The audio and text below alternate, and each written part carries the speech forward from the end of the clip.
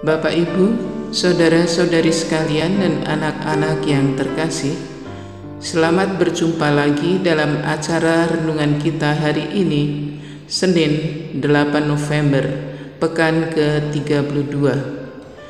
Renungan kita hari ini akan kita ambil dari Injil Lukas bab 17 ayat 1 sampai dengan 6. Marilah kita awali acara kita dengan tanda kemenangan Tuhan Yesus.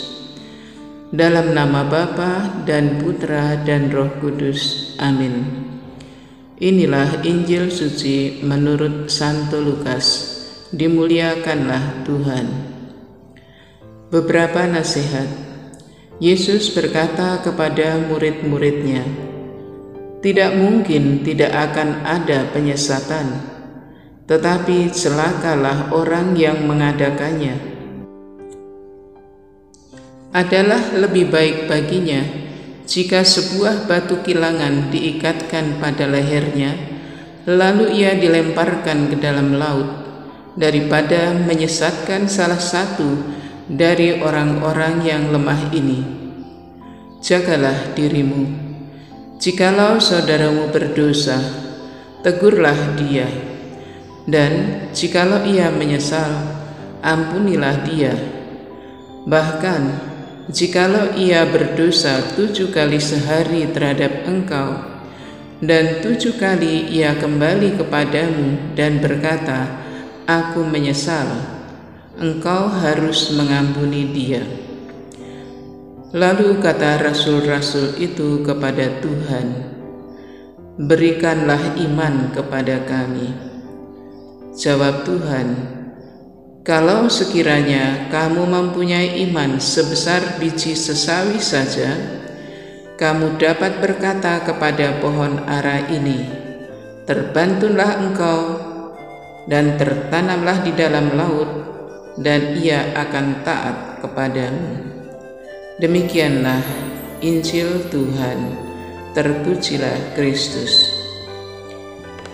Bapak, Ibu, saudara-saudari sekalian dan anak-anak yang terkasih, di awal perikop tadi Tuhan Yesus memperingatkan kita agar hati-hati dalam menjalani hidup beriman kita. Mengapa?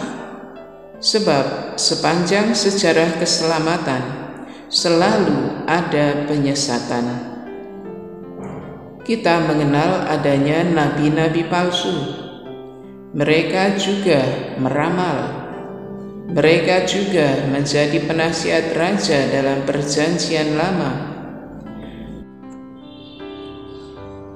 Nasihat mereka justru menghancurkan raja yang bersangkutan.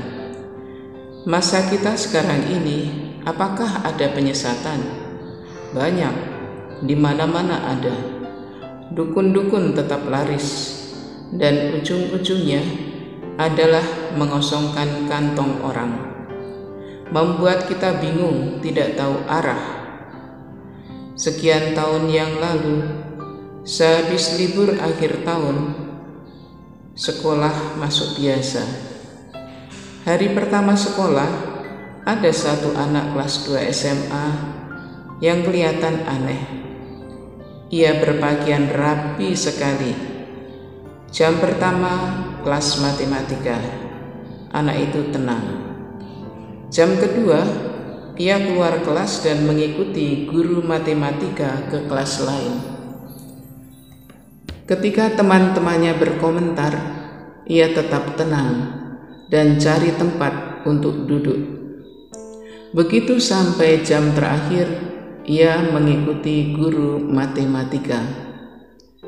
Hari kedua sekolah, anak itu duduk di kelasnya. Jam pertama bahasa Indonesia. Jam kedua, ia ikut guru bahasa Indonesia masuk kelas lain. Dengan sangat tenang, ia berjalan mengikuti sang guru. Begitu seterusnya. Ternyata, anak ini berguru ke Kerawang supaya sakti. Rupanya ia tidak tahan. Maka rusaklah daya ingatnya. Penyesat-penyesat juga ada di dalam hidup imani gereja. Ada yang mengatakan yang penting percaya Yesus, titik. Tidak perlu ribet-ribet dengan liturgi, sakramen-sakramen, dan lain-lain. Gereja sama saja, sebab Yesusnya sama. Cari aja yang tidak ribet.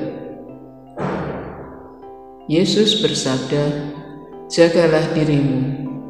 Betul, kita harus menjaga diri. Jangan sampai kita tersesat. Jangan jadi juga penyesat. Maka, supaya kita tidak tersesat, kita harus taat, setia pada ajaran-ajaran gereja, pada magisterium gereja. Taat juga pada sakramen-sakramen yang merupakan tanda kehadiran Allah sendiri. Taat mengikuti liturgi Ekaristi, taat pada tradisi rasuli, taat pada firman Allah dalam kitab suci. Mengingat kata-kata Santa Teresa dari Kalkuta, kita tidak dipanggil menjadi orang hebat, tetapi dipanggil menjadi taat. Bapak, Ibu, saudara-saudari sekalian, dan anak-anak yang terkasih, marilah kita belajar menjadi taat pada Bunda Gereja, agar kita tidak tersesat. Belajar untuk tidak mengikuti rasa senang atau tidak senang. Yang penting kita taat dan setia kepada Allah dan gerejanya dengan mengutamakan pelaksanaan kehendak Allah. Marilah berdoa. Allah Bapa yang Maha Baik, Engkau tidak menghendaki kami tersesat menyembah Allah-Allah lain.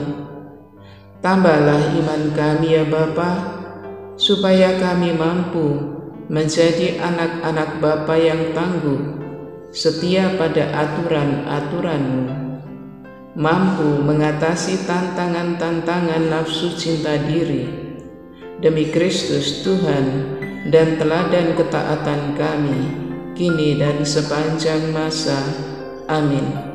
Dalam nama Bapa dan Putra dan Roh Kudus. Amin. Terima kasih. Sampai jumpa lagi. Selamat beraktivitas. Salam dalam belas kasih Tuhan.